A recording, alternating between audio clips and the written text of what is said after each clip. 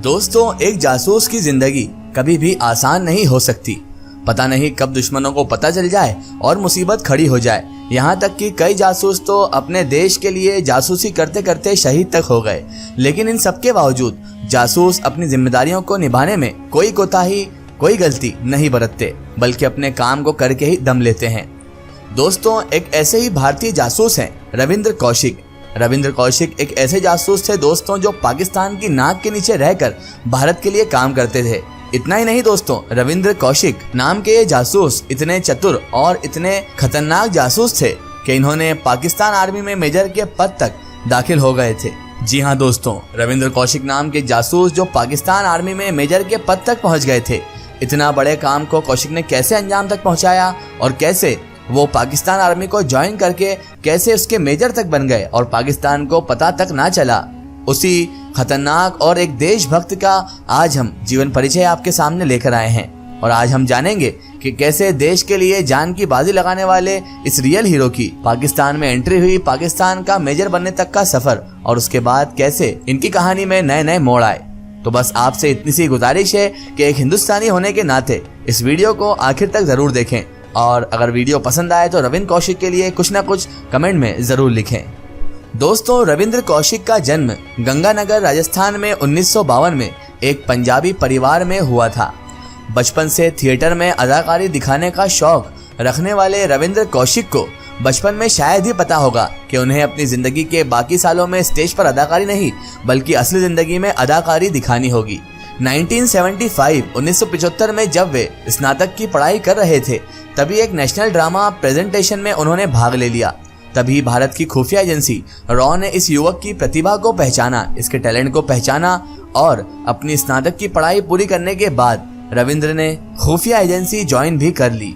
तब दोस्तों, कौशिक की उम्र महज 23 साल थी और इसी दौरान रॉ के अंडरकवर एजेंट कौशिक बन गए। और दोस्तों, इतना ही नहीं, उन्हें अंडरकवर एजेंट बनाकर पाकिस्तान भेजा जाना था, जिसके लिए उन्हें दिल्ली में विशेष प्रशिक्षण दिया गया। उन्होंने प्रशिक्षण के दौरान उर्दू पढ़ना व बोलना सीखी, मुसलमानों के धार्मिक ग्रंथों व पाकिस्तान के स्थानों से अपने आप को रूबरू करा लिया।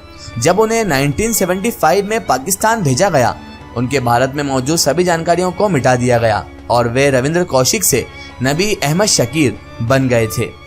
इसके तुरंत बाद नबी अहमद ने कराची विश्वविद्यालय से LLB की पढ़ाई करना शुरू कर दिया था, ताकि वे पाकिस्तान आर्मी में जब भर्ती हों तो किसी प्रकार के सवालात उनसे ना किए जाएं। और उन्होंने बड़ी ही चतुराई के साथ, बड़ी ही चालाकी के साथ वहां पर रहना भी शुरू कर दिया और LLB की पढ़ाई भी शुरू कर दी। उनके ऊपर किसी को जरा सा भी डाउट नहीं हुआ था। इसके कुछ दिनों बाद वे पाकिस्तान आर्मी में भर्ती हुए और थोड़े ही दिनों में उन्होंने अपनी कुशलता और अपनी चतुराई से मेजर पद हासिल कर लिया और वो पाकिस्तान आर्मी के मेजर भी बन गए। इस बीच उन्होंने इस्लाम धर्म को स्वीकार किया और एक स्थानीय लड़की अमानत से विवाह भी कर लिया। उनके एक बच्चा भी हुआ, वो भी 1979 में।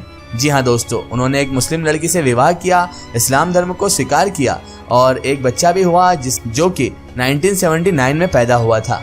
दोस्तों, 1979 यानी 1979 से लेकर 1983 के बीच उन्होंने भारतीय सुरक्षा फौजों को कई खुफिया जानकारी दी, जिसका बहुत बड़ा फायदा हमारे हिंदुस्तान की फौज को हुआ। नबी अहमद के द्वारा अमूल्य जानकारी भेजने के कारण वे भारतीय सुरक्षा सर्किल में ब्लैक टाइगर के नाम से पहचाने जाने लगे। ये नाम खुद भारतीय प्रधानमंत्री इंदिरा गांधी ने उन्हें दिया था, क्योंकि उन्होंने इस तरीके से खुफिया मालूमात हिंदुस्तान तक पहुंचाई थी कि जिससे हिंदुस्तान को बहुत ज्यादा फायदा हुआ था और हिंदुस्तान कई खतरों से बच भी गया था। और ये सब हुआ किसकी वजह से था? रविंद्र कौशिक उर्फ नबी अहमद शकीर की वजह से, जो कि हिंदुस्तानी जासूस थे। इसके बाद दोस्तों, वो लगातार हिंदुस्तान के लिए काम करते रहे और हिंदुस्तान को खुफिया जानकारी, खुफिया मालूमात पाकिस्तान से पहुंचाते रहे। और दोस्तों, रविंद्र कौशिक उर्फ नबी अहमद शकीर इतनी चतुराई से और इतनी खुफिया तरीके से ये काम कर रहे थे कि पाकिस्तान की बेवकूफ़ आर्मी को एक बार भी इन पर शक नहीं हुआ और ना ही पाकिस्तानी किसी एजेंट को इनके बारे में मालूम पड़ा, क्योंकि इनकी चतुराई और इनकी कुशलता इस कदर अप्रिय थी कि जिसकी मिसाल आज तक नहीं मिलती है। दोस्तों, रविंद्र कौशिक ने हिंदुस्तान के लिए अपनी जान को दांव पे लगा रखा था, क्योंकि उन्हें पता था कि अगर पाकिस्तानी आर्मी या पाकिस्तान के किसी खुफिया एजेंट को उनके बारे में मालूमात हो गई या उनके बारे में मालूम पड़ गया तो शायद ही उनकी जान बख्शी जाएगी, क्योंकि वो वहां पर रहकर अपनी जान पर खेलकर हिंदुस्तान की सेवा कर रहे थे। और उन्होंने इतनी कुशलता से ये काम किया, इतनी चतुराई से ये काम किया कि उन पर शक किसी को नहीं हुआ था। फिर वो मोड़ आया जहां पर अच्छे हार मान जाते हैं, लेकिन रविंद्र कौशिक ने वहां भी हार नहीं मानी। 1983 में इनायत मसीहा को रॉ ने नबी अहमद की मदद के लिए भेजा, लेकिन इनायत को पाकिस्तान की इंटेलिजेंस एजेंसी ने पकड़ लिया और नबी अहमद की पहचान बताने के लिए कड़ी यातनाएं दी गई। अब नबी अहमद के राज से पर्दा उठ चुका था और रविंद्र कौशिक को पाकिस्तानी आर्मी ने गिरफ्तार भी कर लिया था। उन्हें 1983 से 1985 के बीच पाकिस्तान आर्मी ने कड़ी यातनाएं दी, बहुत जुल्म किया, उन्हें बहुत परेशान किया, कड़ी सजाएं दी ताकि वो हिंदुस्तान की जानकारी उगल दें। लेकिन रविंद्र कौशिक ने जरा बराबर भी जानकारी नहीं दी, बल्कि वो जुल्म सितम पाकिस्तान आर्मी के सहते रहे और बाद में उन्हें जेल भी भेज दिया गया। पहले तो उन्हें मौत की सजा दी गई थी, लेकिन बाद में पाकिस्तान सुप्रीम कोर्ट ने उनकी मौत की सजा को आजीवन कारावास में बदल दिया था, क्योंकि वहां पर भी मौत की सजा उस वक्त वैलिड नहीं थी। बहरहाल दोस्तों, उम्र कैद की सजा मिलने के बाद भी रविंद्र कौशिक ने हिंदुस्तान के बारे में एक लफ्ज भी नहीं कहा और ना ही उन्हें कोई ऐसी बात बताई जिससे हमारा भारत खतरे में आए। और दोस्तों, उन्होंने जो खुफिया जानकारी दी थी उससे कई पाकिस्तानी हमले और हिंदुस्तान को कई जगह बहुत ज्यादा मदद मिली थी, जो सिर्फ और सिर्फ रविंद्र कौशिक की उस खुफिया मेहनत की वजह से ही हुआ था।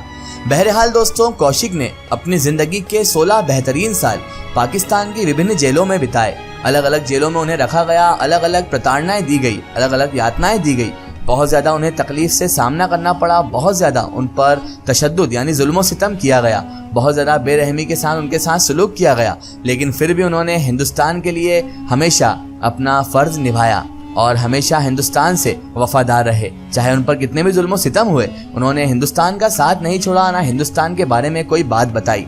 बहरहाल दोस्तों, अपनी जिंदगी के 16 बेहतरीन साल उन्होंने जिन जेलों में बिताए थे, इनमें मियानवाली और सियालकोट जेल भी शामिल है।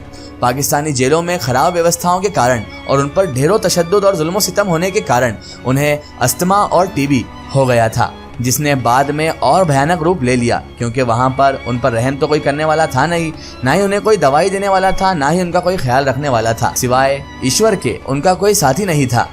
उसके बाद बहुत ज्यादा रविंद्र कौशिक बीमार भी रहने लगे और अत्यधिक यातनाएं सहने से इस भारतीय वीर सिपाही की हृदय गति रुक जाने से एक दिन मौत हो गई और उसके बाद भारत माँ के वीर सपूत इस दुनिया को हमेशा हमेशा के लिए छोड़कर चले गए। भारत माँ के वीर सपूत रविंद्र कौशिक की जिंदगी आज भी उन तमाम युवा रॉ ऑफिसर के लिए प्रेरणा है जो अपने काम को एक अद्भुत रूप में अंजाम देना चाहते हैं। वे आज भी भारत के सबसे बेहतरीन इंटेलिजेंस ऑफिसर के रूप में जाने जाते हैं, जिन्होंने अपनी जान तो गंवा दी लेकिन मरते दम तक अपने देश की रक्षा की। हम भारत वीर सपूत ब्लैक टाइगर रविंद्र कौशिक को सैल्यूट करते हैं। फिलहाल दोस्तों, आज की हमारी वीडियो में बस इतना ही। अगर ये वीडियो आपको पसंद आई है तो इसे ज्यादा से ज्यादा शेयर कीजिए और इसे अपने फ्रेंड सर्कल, अपने रिश्तेदारों तक जरूर पहुंचाएं। इसी तरह की इन्फॉर्मेटिव और हिस्टोरिकल वीडियो के लिए हमारे चैनल को सब्सक्राइब कीजिए और पास में दिए गए घंटी के आइकन को जरूर दबाएं, ताकि हमारी आने वाली हर नई वीडियो की नोटिफिकेशन आप तक पहुंचती रहे।